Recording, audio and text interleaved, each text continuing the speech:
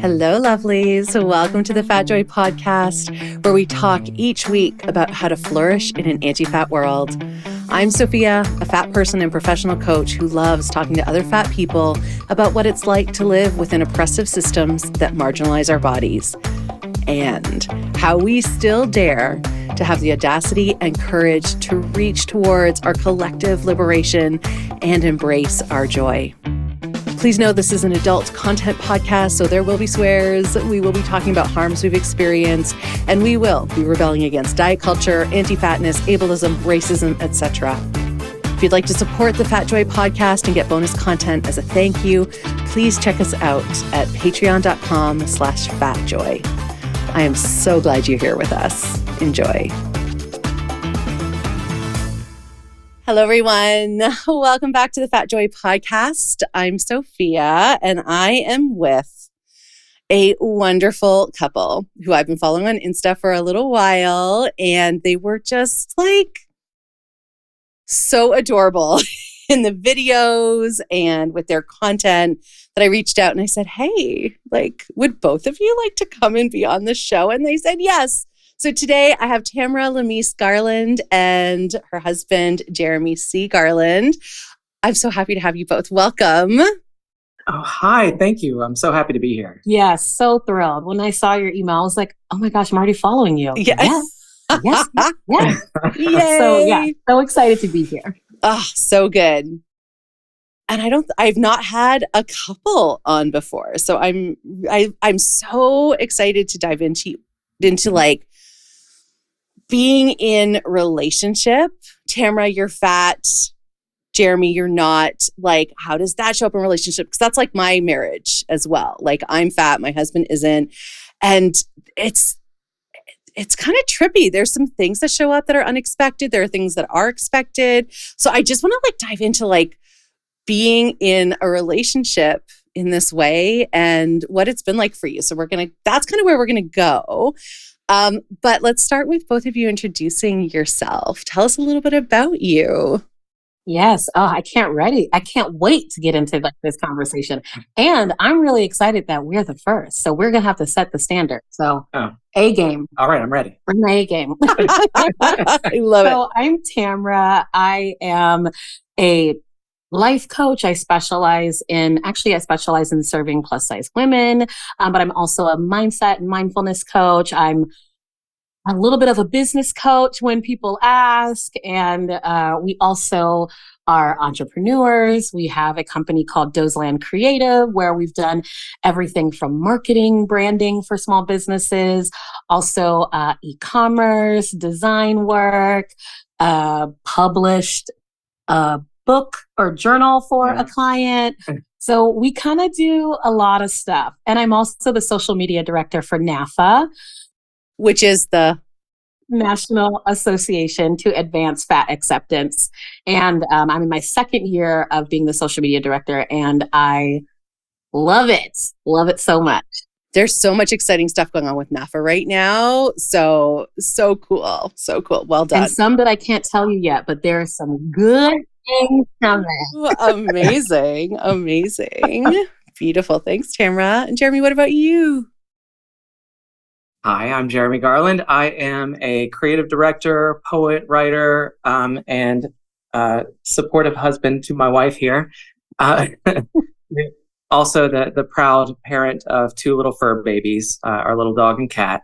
Mm-hmm. And yeah, I just I enjoy basketball, swimming, and a lot of other things too. Mm-hmm. And can I brag on you for a second? Because you're an accomplished poet. You've published. Indeed. Yeah. I've published 2 books. Way back when I was involved in poetry slams, and I performed at the National Poetry Slam representing my city of Baton Rouge at the time.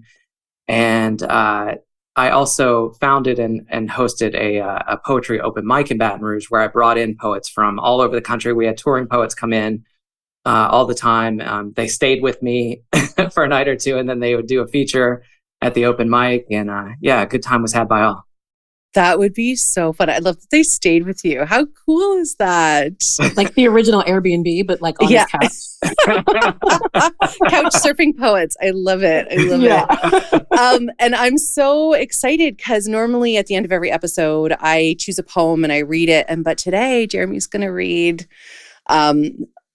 several haikus, and I won't spoil like why they were created. We'll have you explain that at the end, because like I melted when you told me the origin story of what you'll be reading. So very excited for that too. All right. So thank you for giving us a sense of who you are. And now my second question, which, as you know, is about the journey with relationship to the word fat. And I'm really curious to hear both of your experiences with this word. So whoever wants to start. Probably should be you. Yeah, I'm the fat person. I go first. Yes. So for me, the word fat has been like thrown around a lot in my youth. I was a fat kid. I've been fat my whole life. And I remember my mom saying to me when I would get called fat in school and would be upset about it, she would say, "You may be a little fat, honey, but you're not ugly."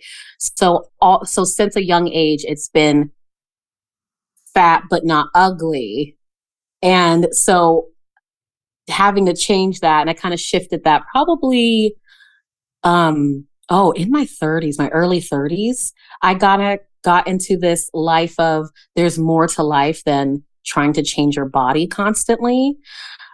So yeah, my 30s is probably when I started going, yeah, I identify as a fat person. I am a fat person. And that does not like mean something negative to me.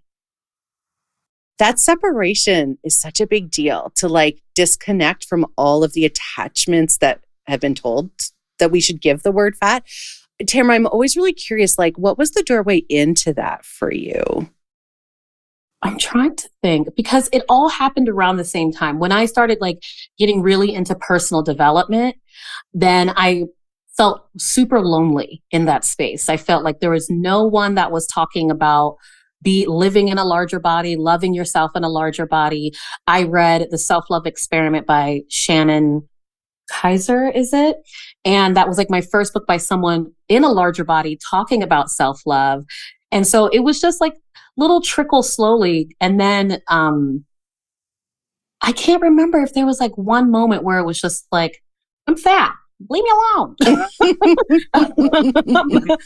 don't remember. Actually, it's so funny how you feel so far removed sometimes from how you get here. Oh, that's a terrible way to answer that question. No, it makes so much sense, because for a lot of people, it is like, for me, it was really gradual. It was suddenly like I was using this word and I'm like, oh, when did I start using this word fat? Like, I don't even remember, but I just did. So your story sounds very similar to mine. So I'm really relating to it, because mine sparked when I started my coach training and my eyes were opened in this new way. And it was like, and it did feel really lonely. Like, I love that you mentioned loneliness, because that's true for a lot of people when they start to do growth work. Yeah. And then so you just kind of started embracing it, and then you've built a whole business around it. Yeah. And when I started my coaching business, it was Tamra Lamese, self-love and confidence coach for plus size women. And I actually did a poll on my Instagram, my Facebook, asking people how they felt about the word fat versus plus size and what would they prefer to see in like marketing or in me naming my business. And overwhelmingly, it was, I do not like the word fat. I do not like the word fat.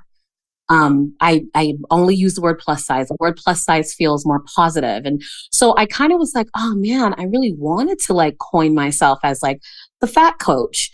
But I also understand what it feels like to be there and to still be in that headspace and living in that reality and wanting to go, okay, well, I want to include you.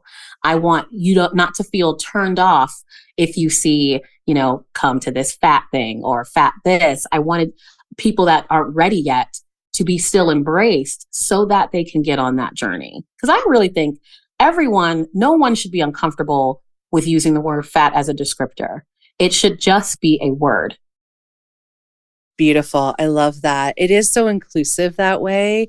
And it was interesting, my conversation with Virgie Tovar, she said something very similar, which was because she always uses body positivity and she does use fat liberation sometimes, but we were talking about that and it was the same thing. She's like, because I want to invite people, and she goes, and then I change their minds. Which I thought was great, right? It's like there's a difference between the marketing message and the mission. And I think about that a lot with what you said.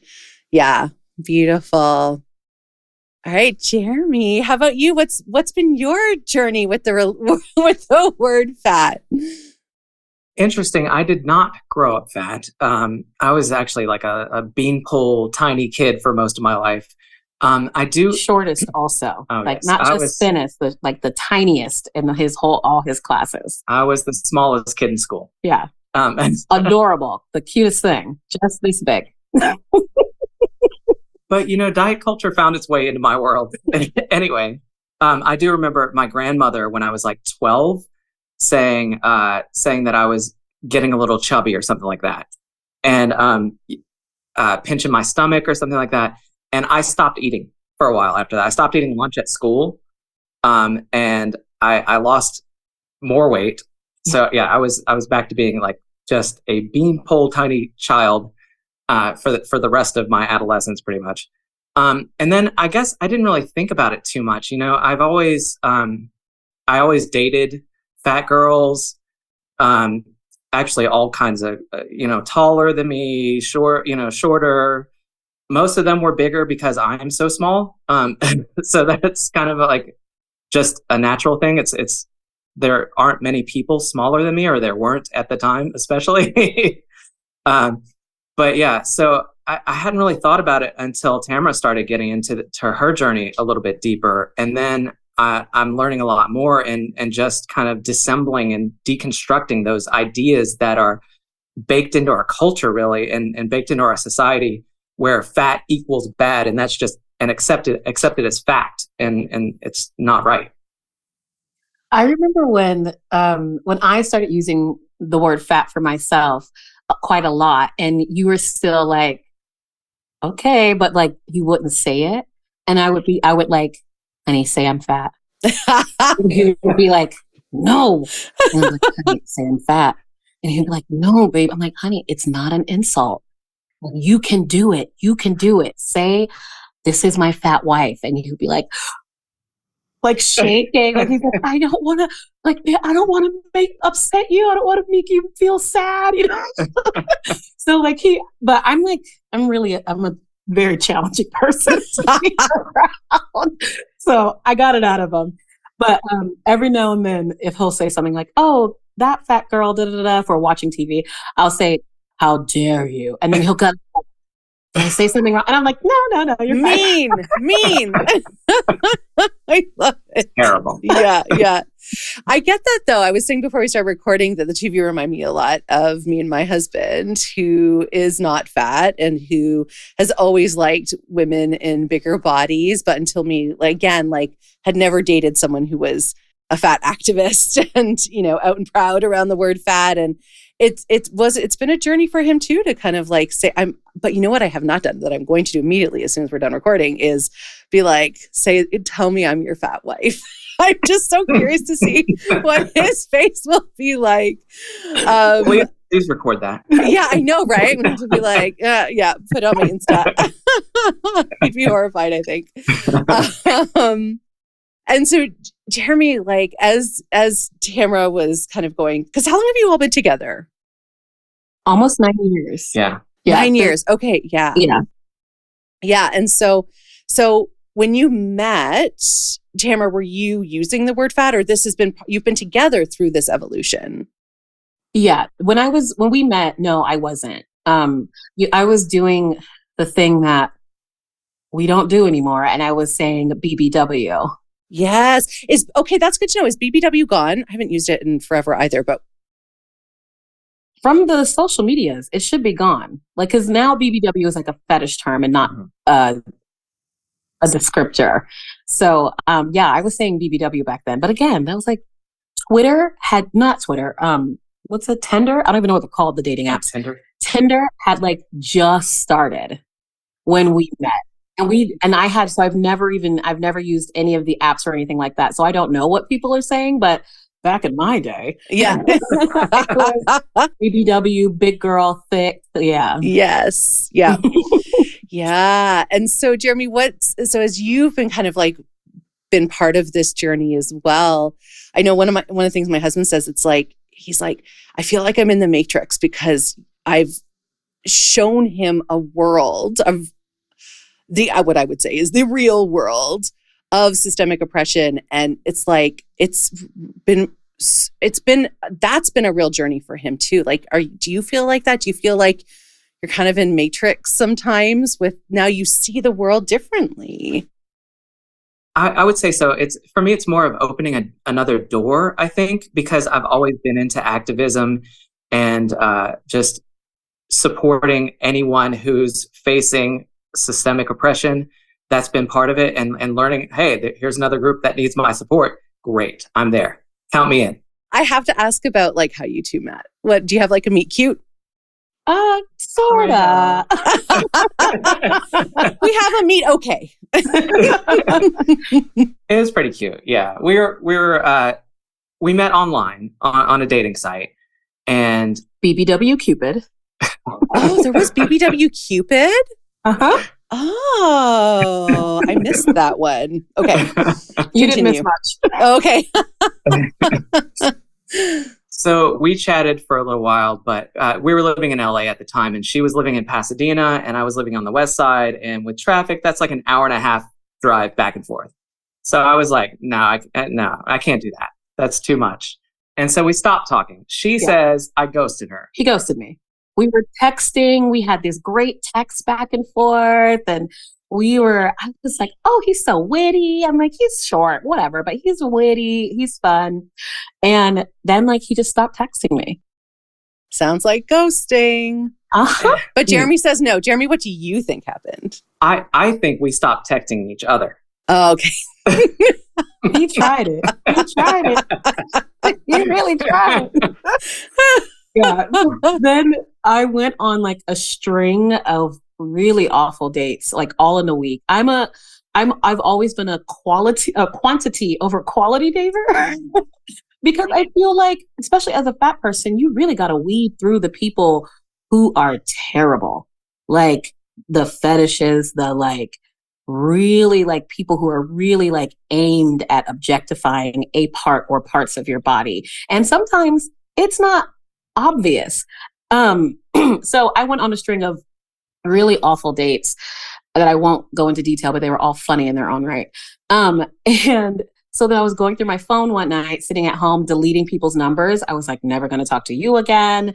You are weird. You creep me out. You seem a little racist. Like I was just like going through deleting people. And I came to his number and I was like, who is this? So I scrolled up and I started reading our conversation and I was like, oh, look at us banter. Like we're super cute. And I scrolled up a little bit more and I saw his picture and I was like, oh yeah, he's so cute. He has such a nice smile. So I texted him and I was like, hey, have you found the girl of your dreams yet? Oh. And I replied, no, I haven't met you. Oh, look at this natural banter. I was like, I'm getting in my car now. Right? He was like, well, have you found the man of your dreams yet? I was like, well, no, I haven't met you. And then he goes, you know what? We have to go on a date. What's your week like? When can you hang out? And so we went on a date on like a Wednesday. Mm-hmm. He suggested karaoke, which I thought. That is a baller move for a first date. Yes. And I was like, you are a fool. Because at the time, he knew that I was a working professional singer. So I was like digging constantly.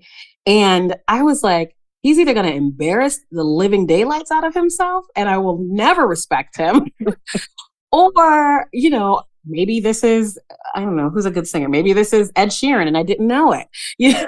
Sorry. Oh, he didn't like that one. Prince. And are you a singer? Like, do you sing, Jeremy? Oh, all the time. Yeah. Oh, amazing. Yeah. He's like a karaoke guy. Like, so he does karaoke all the time. And he got up and sang a Prince song and nailed it. Sophia, every note was perfect because I was listening. I was like, how, like, this is bold, sir. Like, everything was amazing. And I was just kind of like blown away. I was like, that's okay. it. Done. Yeah. I was like, yeah, we can hang. And then, but how did you manage the hour and a half distance, the traffic and all that? Did it stop mattering as much? Oh gosh. Well, we moved in together after 2 months. Okay. There you go. Yeah. Pretty much solved it that way. Yeah. That's a good way to solve it. Yeah. Yeah. He came to Pasadena, I think once or twice. I think 2 times. Yeah. Yeah. He came to my place in Pasadena twice. The second time he started gathering like drawers of clothes and putting it in my car going, you know what?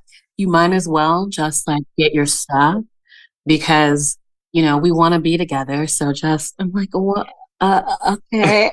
Yes. I love it. There's so many parallels with me and my husband. Same thing. He was about an hour with traffic, an hour and a half, 2 hours away. And we moved in after 6 months. It was like, yeah, this is how you solve this problem. You just go for it. Yeah. You just like dive in. I mean, it helped me that I was like making $22,000 a year. So I couldn't afford my apartment anyway. Oh my gosh. Yes. I love the practicality piece as well. That matters. You know? I'm like, wow. This makes sense for me. We did have to have a fun conversation with her parents before we moved in together. That was Yeah. My parents are both from the South, West Virginia and Alabama, and they're very Christian, very traditional. So we had to like go over to their house, sit my mom down. My dad was out of town. So we had to have a second conversation when he came back and, you know, say, Jeremy and I are really invested in our relationship and we want to move in together. And my mom, I will never forget, she goes, oh, Tam, you know, we don't do shacking. Shacking. It took me a minute to really figure out what she was saying. Yeah, like shacking up. Yes. I was like, shacking. I was like, shacking. I was like, oh, Lord, Mom. And funny enough, her and my dad moved in together after dating for 6 months. So, oh, I mean, then they have nothing to stand on. Yeah. He did, when my dad came back, he did have to promise my dad that he would marry me. That's amazing. And now it's been 9 years you've been together. Mm-hmm. Oh, yeah. Yeah.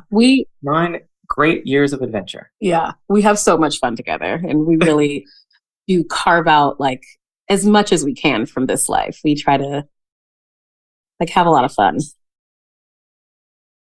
Oh my gosh. I just want to go into all the intricacies of your relationship. However, I'm going to come back to fatness. And I would also say blackness, right, Tamra? Like, so you're do we still use the term interracial? Right? Like, yeah. You're an interracial couple. So there's like multiple marginalizations at play.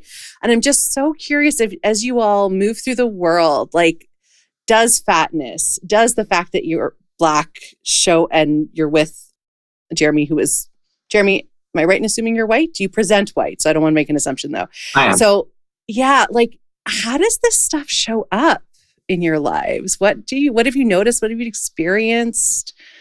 Maybe it doesn't, but I'm really curious about it. Oh no, it totally does. Okay. One of the reasons, so we tend to match or dress alike.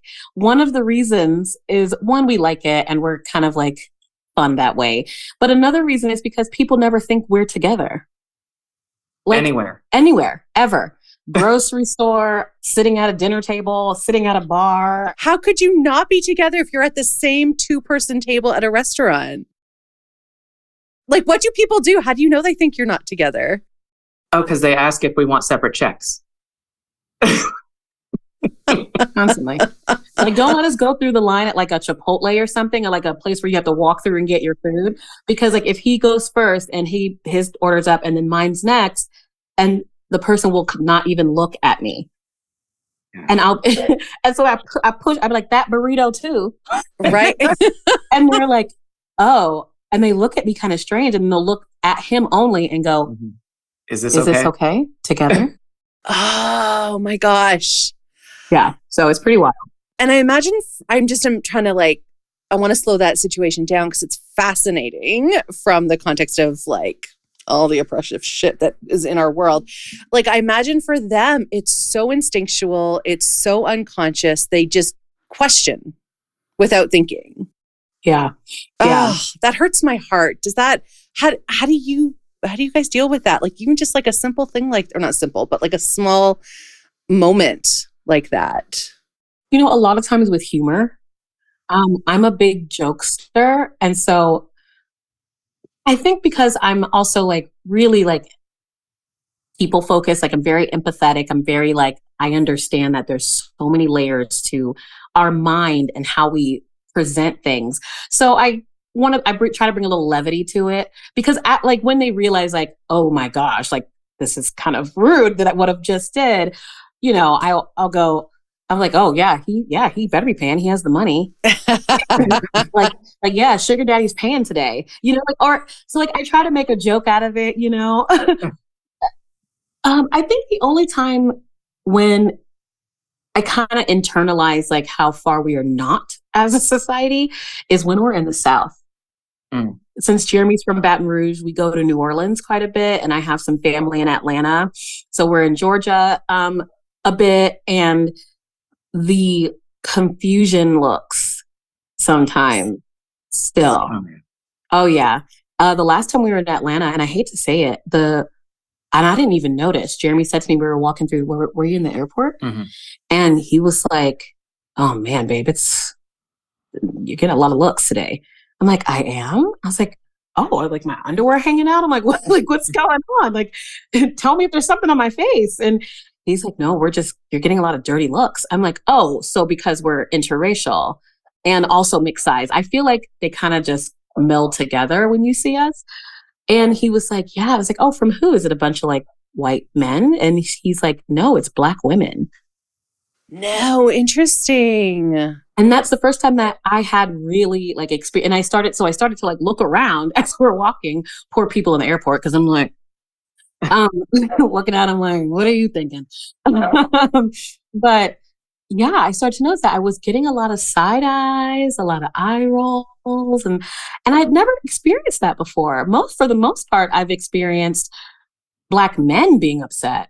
I've had like Black men say to me audibly in my face, oh, you gonna do us like that? And I've also like been with another partner before Jeremy. My girlfriend was white, from the Midwest. So very white presenting.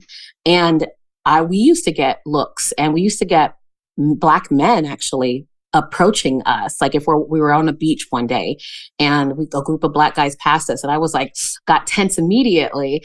And they were just like, how could she? And I was just like, wow. So it's really interesting to get that. I feel like sometimes in the South, I don't think you've noticed, especially in Louisiana, you get a lot of dirty looks from white men. Probably. Yeah. So it's a really strange and interesting thing. Does it make you feel, I'm just thinking about that, and like, does it make you feel unsafe? Like there's like an unsafety feeling that is like in my body right now around that. Cause that level of like, yeah, the how dare you energy feels very scary to me. You know, I used to, when I was with my ex-girlfriend, I definitely did. I think nowadays I feel really safe with Jeremy, and I feel really safe in my own countenance, where I feel like, you know, I'm not inviting anything that can hurt me into my little bubble. And so I feel very confident and protected in that way. And I'm a coach, so I have multi-layered ways of like protecting myself. I also go, my phone's really close, so I can pop on my video. This is really close. I'm looking around going, okay, I can do that. I can do this. I'm always trying to like plan B, C, D, E. So I feel comfortable and safe.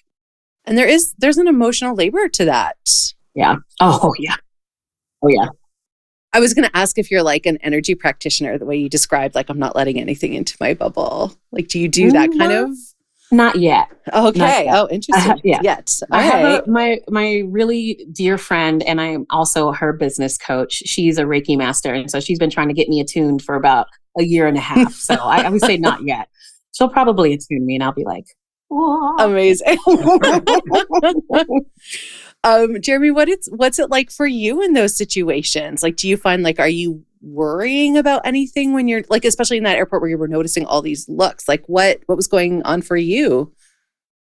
Yeah, I think mostly I don't worry about it. Well, I don't worry about it for myself. I worry about it for her. And so I become heightened in how alert I am, and just my awareness of my surroundings increases because I want to be able to see anything that's coming our way and react to it before it happens, really. So I am kind of on alert in those situations. So pretty much our anxiety is always on a 9. Yeah. And where you live now, are you still in kind of like the California area where you were before? We're in Vegas now. Oh, you're in Vegas now. Okay. So Yeah. does it not happen as much in Vegas? Not as much, I don't think. Not the blatant like verbal attacks. Yeah. The looks every now and then. Yeah. Looks every now and then. But at the grocery store, we still get, she comes and puts something on the belt after me. They look at me every time. Literally last week in Target, I was running to get some yogurt, came back and was like looking for him and was like, "Oh, there you are." And like threw the yogurt because he was done. He was like almost wrapping up. And the poor like little checkout kid, he had to be like 15 or 16. He looked like so tiny, so young, I should say. And he was like, he just looked at Jeremy and was like, "What do I do with this information?" And Jeremy had to go, "Yes." Just bring it up. Yes. It just reminds me of like trusting people, like trusting that it's okay that Tamra is adding something to the grocery.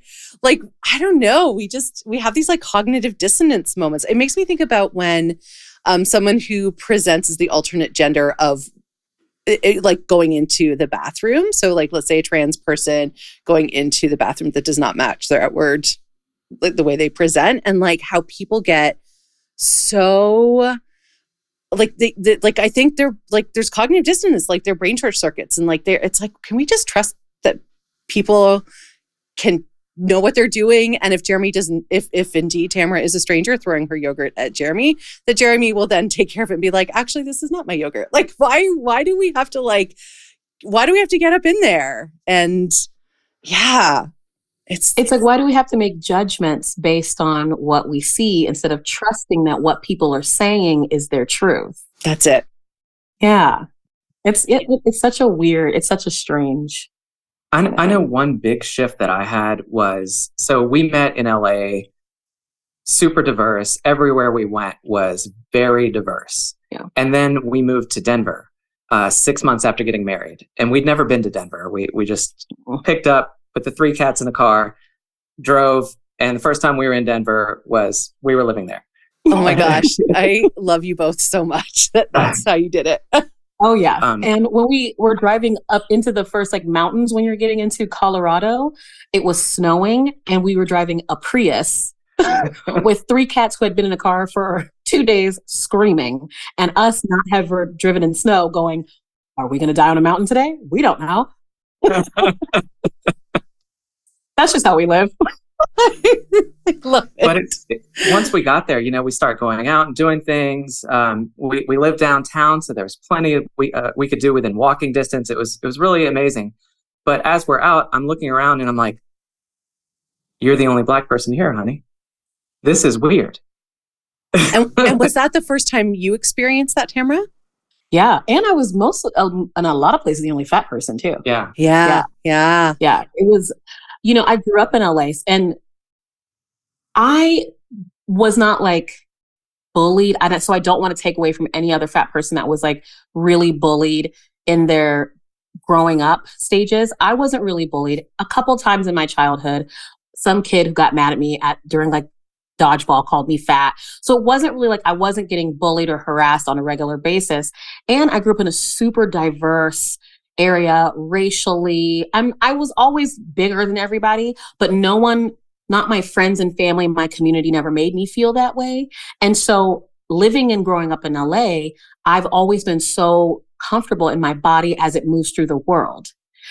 Going to Denver, it was the first time where I really felt like I was inconveniencing everybody. And not only with my body, but my Blackness too, because I would walk into a bar, or we would walk into a bar, and like people would look at us and be like, oh, and like kind of get quiet in a strange way. And, you know, some people would like make some off-color comment and then go, oh, you know, I don't mean that. You know, like, oh, you know, I'm not like, and I'd just be like, oh, this is the first time I really feel like I am inconvenienced. Like me taking up space is not okay. And so that was a really weird experience that we had in Colorado. I'm really curious about how that came into, or did it come into the relationship between the two of you? Because Jeremy's kind of, I mean, Tamra, you're being very othered constantly, and Jeremy, you're not. Like, does that come into the relationship dynamic between you? I think it probably does, because it's difficult for both of us to handle that in our different ways, you know? Because I can only support her to a certain degree, and you know, I can do what I can, but ultimately the only way to protect her from that is to remove her from the situation. Really, we are never leaving the house. How did you know that's how he treats me today? Well, no, yeah. Hold up a sign if you need me to do anything. Where's my little? Yeah. It's we had an incident in Denver at a New Year's Eve party. And so we were there with some of his coworkers that had become friends, and all white, all thin, and had a great night, you know, dancing, doing the whole thing. When it came to leave, it had been snowing. So Ubers were taking, and it's New Year's Eve, so Ubers were taking a really long time. So there was our little group of people, and then several other groups of people who were in the bar after hours. It was like 1 a.m., 1:45, almost 2 a.m. And we're all still just trying to get an Uber, but no one's standing outside because it was literally 0 degrees and snowing. So we were standing in there, and I had been watching the staff. They were starting to like, you know, clean up and kind of do their own little party celebration. Me, I'm just going, just like watching them like have a good time. They're starting to pour each other drinks and stuff like that. And I was just like, oh, that's so cute.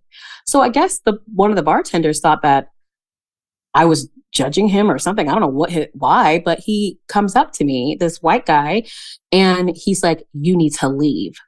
To only me. Mind you, I'm standing in a group of people, and there's other groups of people there. And he comes to me and goes, you need to leave. The bar is closed. And I was like, okay. I was like, well, I am. This is my phone. See the Uber? It's coming. Yeah, but you can't be in here. You have to leave. Only to you, and everyone's like close by you. It's not like you were alone. Oh. And so it just kind of, and you know, I don't know if it was the cocktails or if it was the activist inside of me. And I was like, no. Yeah. And he was like, you have to get out. We are closed. I was like, are you kicking all these other people out? Mm-hmm. I was like, no. I'm like, I'm not standing outside in below 0 snow to wait for my Uber while everybody else is in here standing in warmth, waiting for their Uber as well. I'm like, I don't understand what this is about. And he just kept getting in my face. Jeremy had to physically jump in between us. Oh my gosh. Yay, Jeremy. But that's awful. Yeah. Oh. Yeah, he came like storming towards her with his arms out like he was going to grab her. And my so God. I stepped in front of her, and I was like, you are not going to touch her, first of all. Wow. Yeah, it's just like the most bizarre. It's just like. But that wouldn't that wouldn't happen if you were white. Right. It just wouldn't have happened. Yeah. Jeremy, had you dated people of color before, or is this like a brand new experience, like being like experiencing racism in this way? No, I've lived with Black women before and dated across the spectrums and all that, you know. Mm-hmm. So, but that was definitely something new for me, like experiencing it, yeah, with my wife and, you know, the way that I feel about her. Yeah.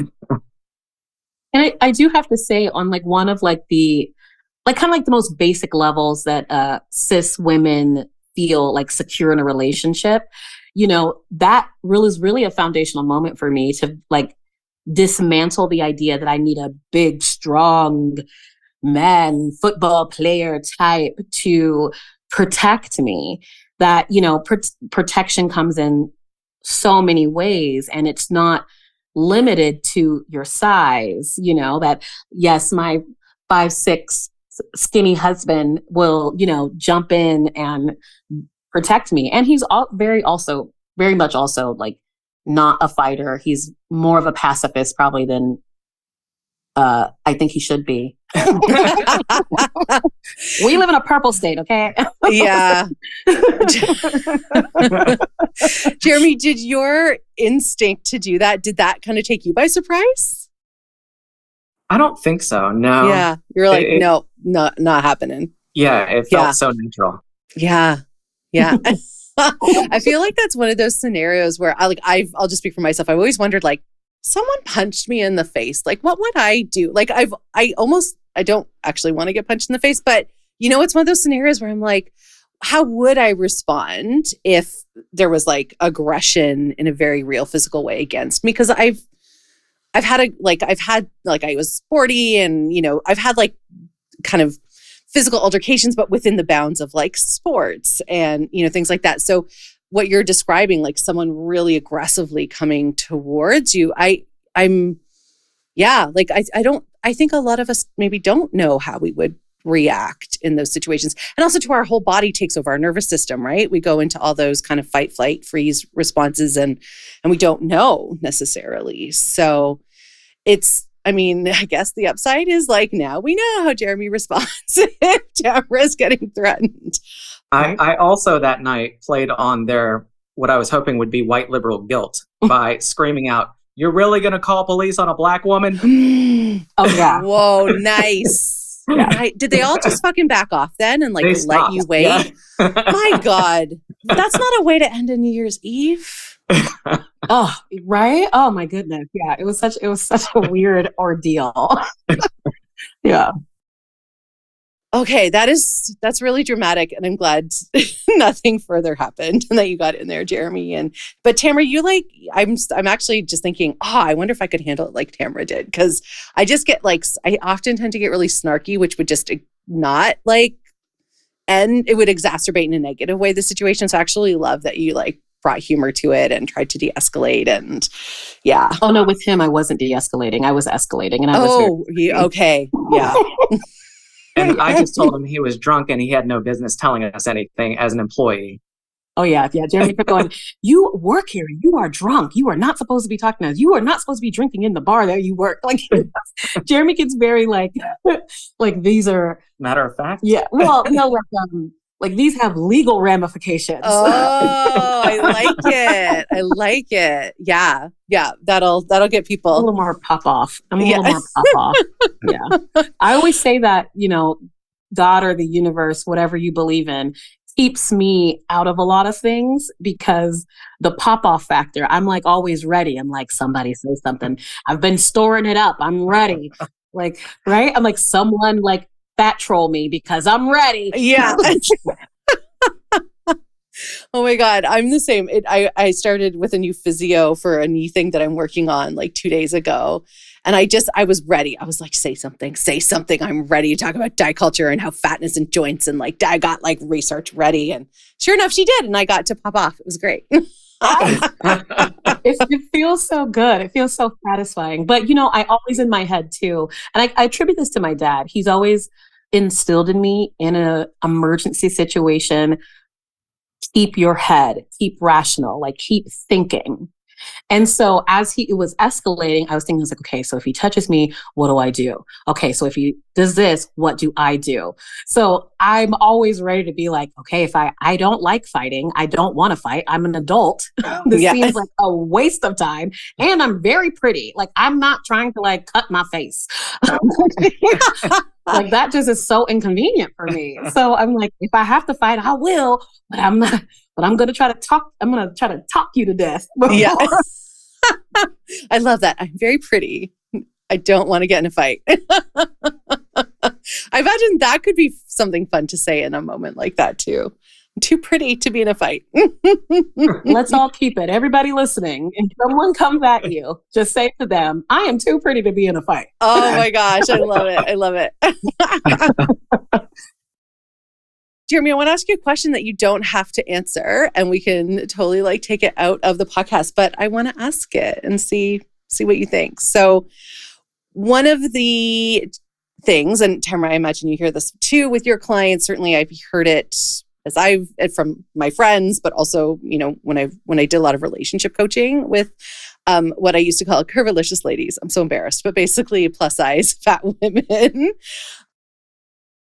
The biggest worry they had is that no person would be attracted to their fat body. And Tamra, you and I definitely prove the opposite. And so, Jeremy, my question for you is, what is it that you love about fat-bodied women or fat-bodied people? It's so interesting to me, the idea of beauty that we have in our society, because it's like only a body is beautiful is how it seems to be. Like, that's the only thing you're looking at is a body. And okay, that determines what beauty is, which is so reductive. And to me, women are just beautiful, period. And my wife is the most beautiful woman in the world. Mm-hmm. But I've just found beauty, like always, in really, it's not been specific to women in larger bodies or anything like that. It's been specific to women who are not beanpole skinny for me. That has always been like, I'm just not attracted to that body type. And I'm not sure what that is. I'm kind of countercultural attitude anyway. So that is probably part of it, is like rejecting the mainstream a little bit. Rage against the machine, my friend. Yeah, I love that. Thank you for answering. And Jeremy, I wanted to ask the question because I want any fat person listening who's worried that they won't be found attractive by others because they don't meet our ridiculous body standards as set by capitalism, white supremacy, racism, ... That it's bullshit. There are many people that find all different bodies attractive, and right? Like, Tamra, does this come up for you when you work with people? Oh yeah, absolutely. And I'll say for Jeremy, what I don't even know if he remembers this, but I remember kids, go in the other room. I remember when we were in bed together. We were trying to keep it as non-raunchy as I can. Oh, let's go raunchy. I like it. I like raunch. We were doing it. Yeah. And he grabs my stomach and is like rubbing my stomach and like holding me there. And I'm like, no, like, stop that. Like, like, that's weird. And he was like, I like your body.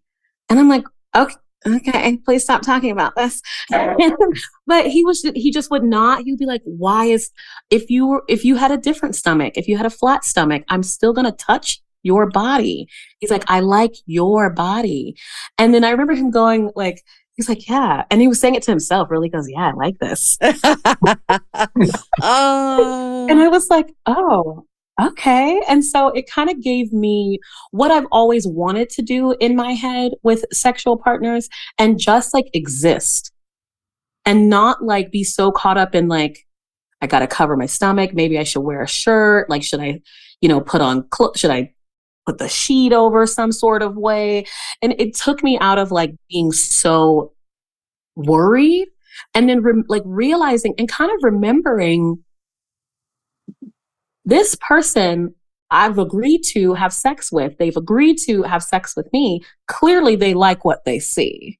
So why should I have the audacity to cover my body? Like we knowingly walked into this together. So you're not rejecting me. So why would I think that I need to shrink myself, cover myself in any sort of way? So it just kind of reaffirmed that. And I think after that, I've just been so open. And he's one of the reasons why I felt like confident enough to wear my first fat bikini, my first bikini, years ago. Even like him like holding my hand as we're walking through the resort while I'm in a bikini was like another like source of, okay, I know deep down I'm okay. I'm getting validation and support that I'm okay. So let me just live and let me just enjoy. So it really like helped me it unlocked like the really full enjoyment of sex. So I would say to anyone who's dating, like, remember, you both agreed to be here. So like no one is forced. So just be yourself. Like your body is good enough. Like your body is enough. Like your body is beautiful. All bodies are just so fascinating. I was also an esthetician, so I just like looking at naked people. Oh, yeah. All bodies are just so like enjoyable and fascinating. So I would tell that to anyone dating. Just if you're in it and you're like, yeah, I want to have sex with this person, and they want to have sex with you, be your full self because you'll have better sex. Yes. Yeah, because you can get present and actually be in the pleasure of it versus being worried about needing to hide or cover or what are they thinking. There's nothing that takes us out of our bodies more than all of that stuff. And especially in the moments when you're supposed to be hopefully as deeply in your body as you can be. Oh, I love that. And Jeremy, do you remember that moment?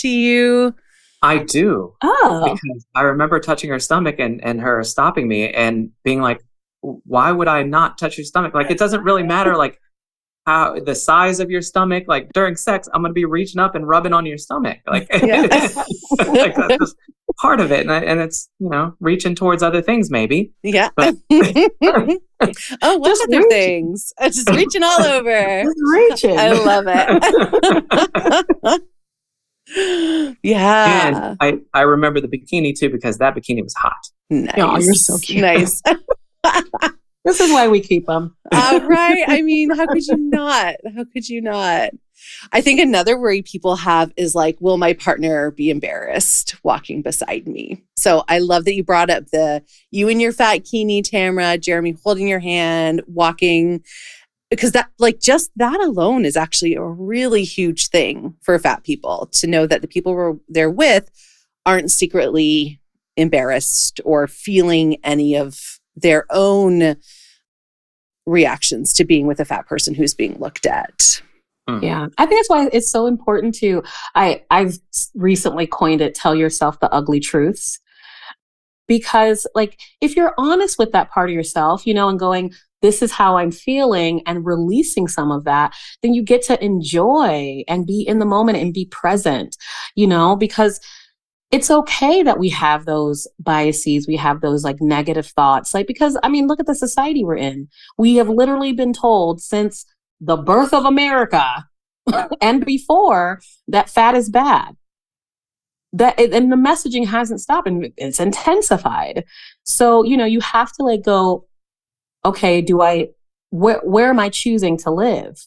Am I choosing to live here in this place where everyone has told me all these bad things and I think all these bad things about myself and bodies, or do I want to choose to live in a more liberated place, like a place where I feel more free and I can just be myself and know that I am enough.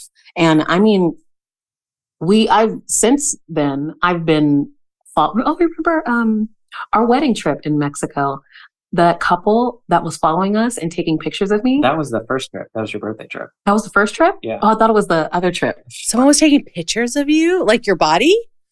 Oh, yeah. Like going to great lengths to try to sneak pictures. Mm-hmm. Following us around the resort. Like we got in the water, and this man ran out in the waves so his wife could fake taking pictures of him and then shift the camera to Tamra. No. Mhm. It was messed up. Yeah. Yeah. That one made me feel really icked out. Oh, yeah. Because you're like, ooh, what are those pictures for? I don't know. That's very, very creepy. Yeah, they had been in the same place where we had lunch and then kind of followed us to the beach after we finished lunch going to the beach. Yeah, it was gnarly. If that happened today, I'd have a different response. But same. Back then I wasn't really on this journey yet. Well, not this deeply yet. That was like 7 years ago. Yeah. Wasn't deeply on this journey yet. So we just kind of like ran. We were like, let's get out of here. Like, this is awkward. It's uncomfortable. I'm feeling so weird and self-conscious. And so we just kind of like grabbed our stuff and took off and went somewhere else in the resort because it was just such an awkward, I feel like they were European. I think so. Yeah. I feel like European people do that a lot. Oh, there's so many layers in that whole situation that happened. And I think I really love what you said, Tamra, about if this happened now, I would, I would respond very, very differently. And I just feel like, not that anyone listening needs even more reasons to kind of start a liberatory journey, but it does shift how you show up in these situations in a huge way. So instead of I'll speak for myself, instead of internalizing shame, embarrassment, all of that, feeling like I'm wrong, there's something wrong with me, I must immediately diet for the rest of my life, all of that, those old fucking messages. It's no, hang on, this is not a problem with me. This is a problem with them. And here's what we're going to do. It just makes us so much more proactive and not making it personal, making it about what it is, which is there is a problem with our society, systemic oppression exists, and I can deal with these people at an individual level in a way that would actually feel empowering to me. Yes. Yeah. Now I'm educated enough and I'm empowered enough and I'm solid enough in who I am that I could go up to someone and go, hey, I see what you're doing and this really sucks. Why are you taking pictures of me behind my back? Unless you think I'm Lizzo, I need you to cut it the F out. you know? And also, when I really do feel like when you've worked on some of your internalized anti-fatness and go through that motion, you don't hold on to it as long. It doesn't affect you as long. I remember the rest of the day, I was I went and put on some clothes. I went and put on a different outfit and was like, okay, well, all right, what do you want to do now? Instead of just really continuing to enjoy my vacation. But now I'd be like, all right, you're a weirdo. I'm going to tell you about yourself. And then I'm going to go on and shake my ass and be on the beach.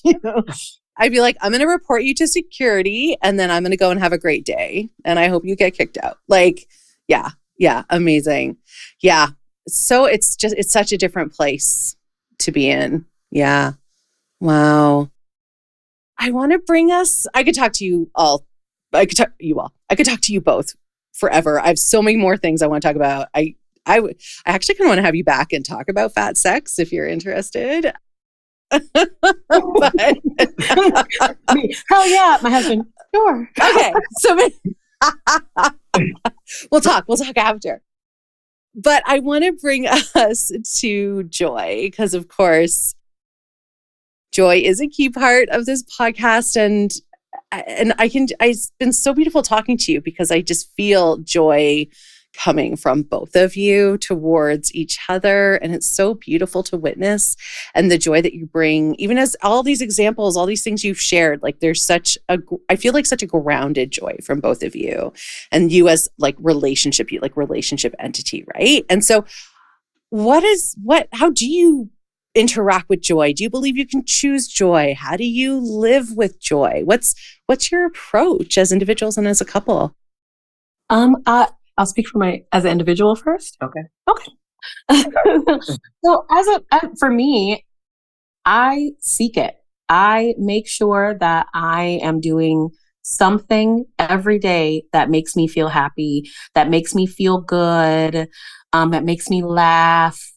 And I'm also someone who has battled depression and anxiety for as long as I can remember.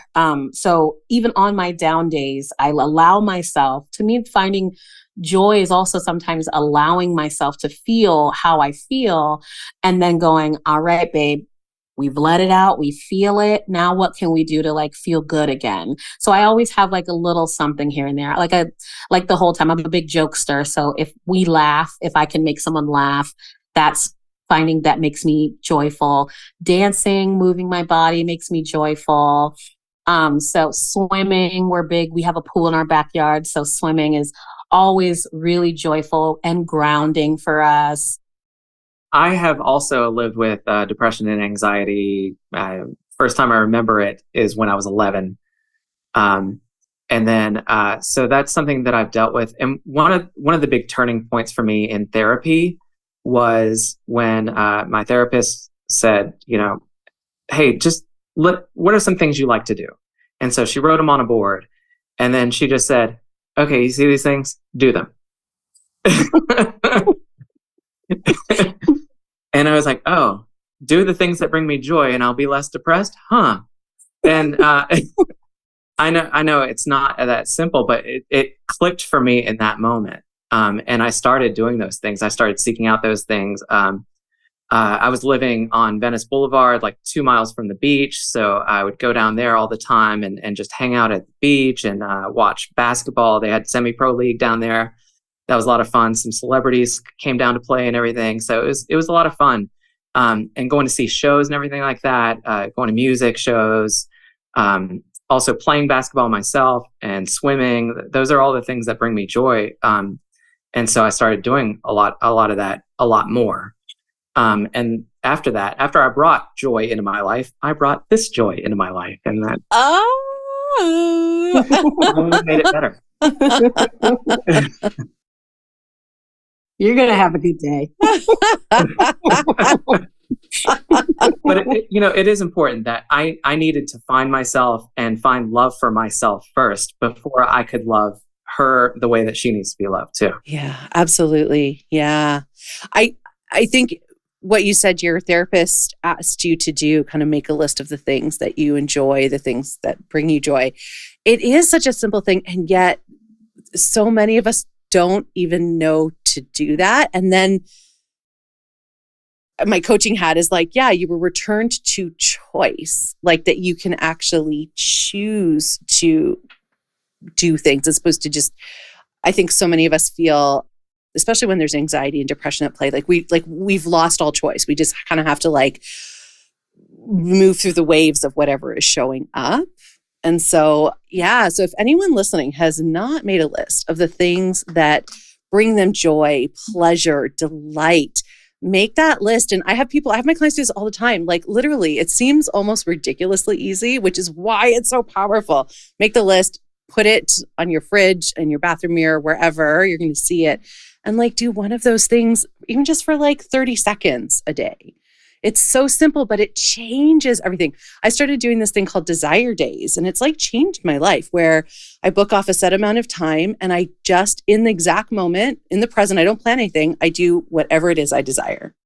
Ooh, I freaking love that.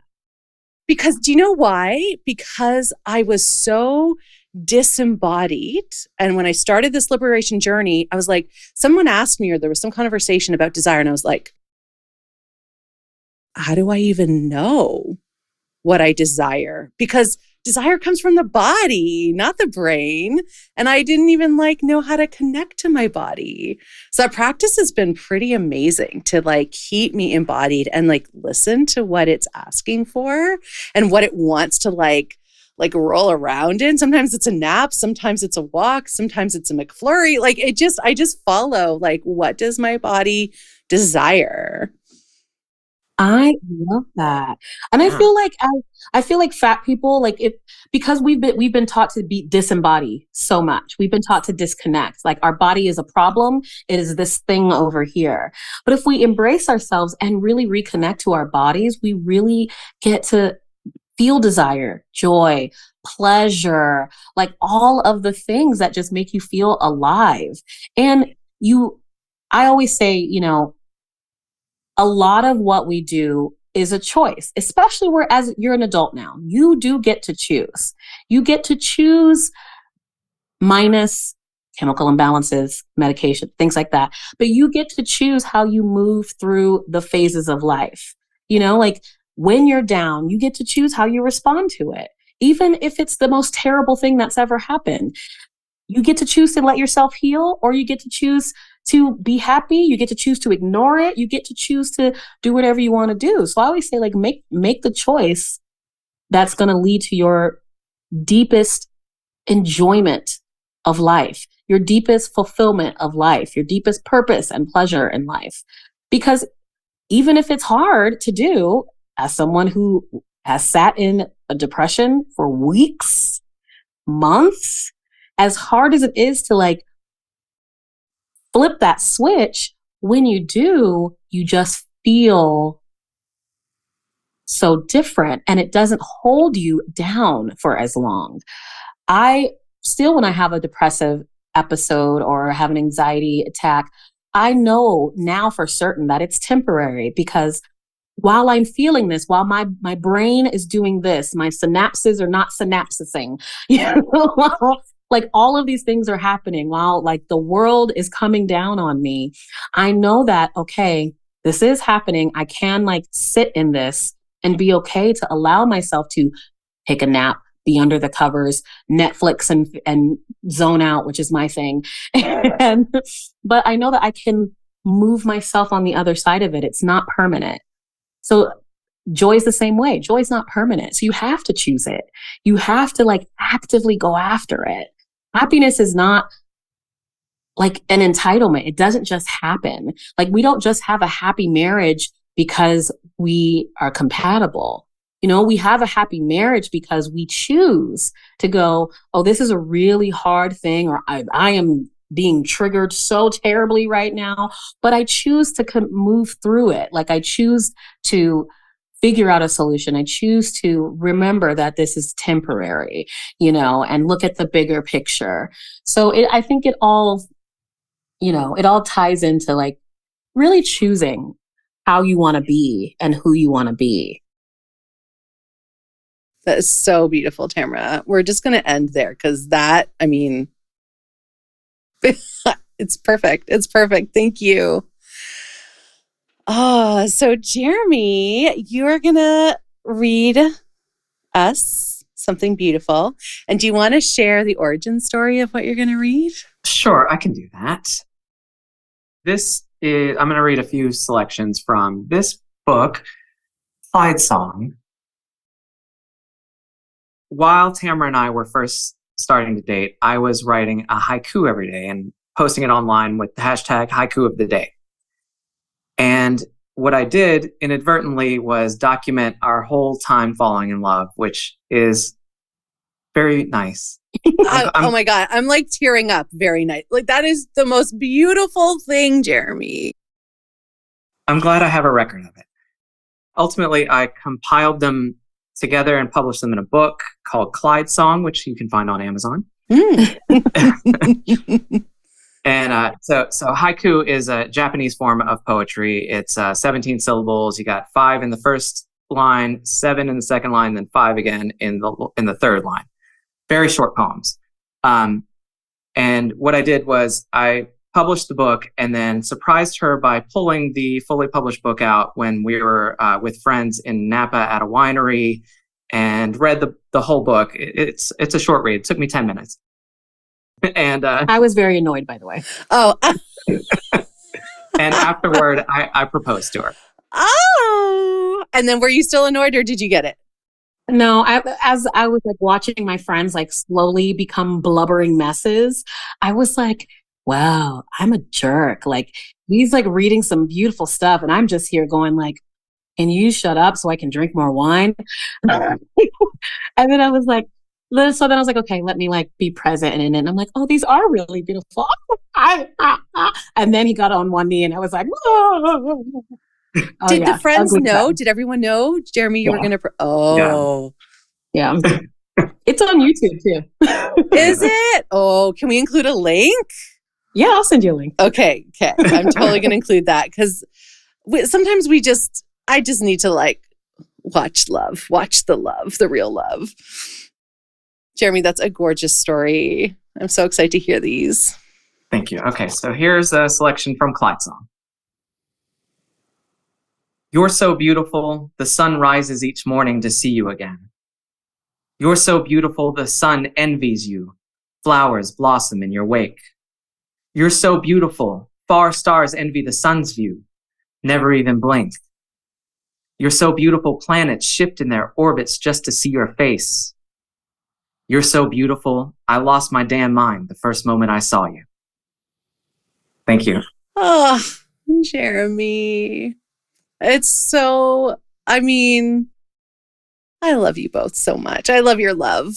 Thank you. I know I'm getting a little teary-eyed. Okay, Right? you're about to have a good day, sir. He's gonna have a nice day today. I'm gonna cook and everything. It's gonna be a very nice day for you. Yay. I have loved talking to you both. I'm so honored that you shared so much with me, and I'm so inspired by you both. So thank you for being here. Oh, thank you. Thanks for inviting having us. Yes. I mean, the guests that you've had on your podcast and you yourself, big shoes to fill. There have been some amazing conversations that you've had and with some amazing people that I look up to. So I am just incredibly honored that you had us on and would be back anytime. So we appreciate you. Thank you for joining me today. My hope is that you're feeling a little less alone and a little more seen.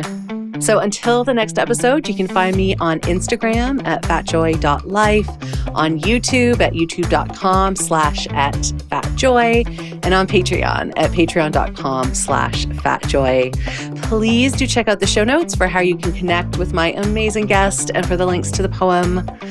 All right, lovely. I am sending you off with my best wishes for an abundantly Fat Joy day, and I look forward to talking to you again soon. Bye-bye.